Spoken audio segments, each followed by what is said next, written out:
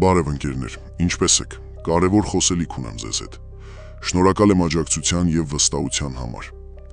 Նախ ցանկանում եմ տեղեկացնել, որ սկսել են իմ կերպարին մոտ նոր կերպարներ ստեղծվել, որոնց հետ որևէ կապ չունեմ եւ չեմ կարող ունենալ։ Սա միակ էջն է, որով մենք միշտ շփման մեջ ենք։ Խնդրում եմ որևէ այլ կերպարի չդիտարկել որպես հայ եւ չուղարկել նամակներ, քանի որ դա վտանգավոր կարող է լինել։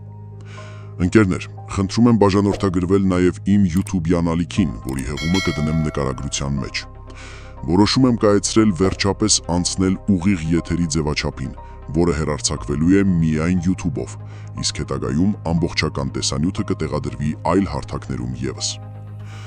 Ընկերներ, մենք չենք հայհոյում, չենք վիրավորում եւ ցանկացած զինված հարձակմանը դեմ ենք, անկախ նրանից ով է երկրի վարչապետը, անկախ նրանից ինչ կարծիք ունենք մենք նրա նկատմամբ։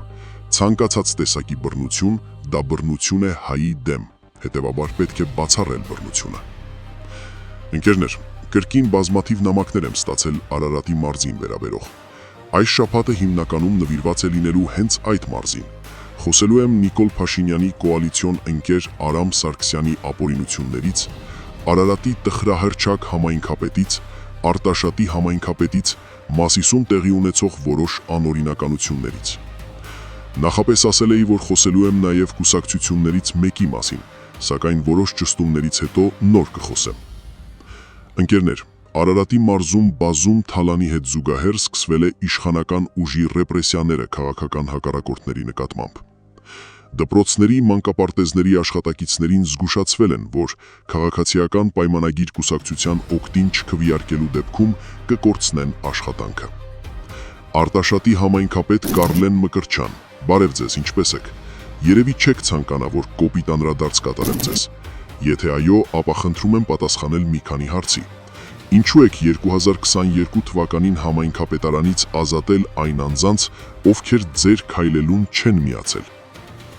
Պարոն Կարլեն, կասեք դուք ինչով եք տարբերվում նախկիններից, որ մարդկանց ընտրելու իրավունքի վրա բռնանում եք։ Հանգիստ մնացեք, շուտով հեղափոխություն է լինելու, եւ դուք ձեր արած ապօրինությունների համար եւս պատասխան եք տալու, կարող եք չկասկածել։ Արարատի տխրահռչակ համայնքապետ Ասլան,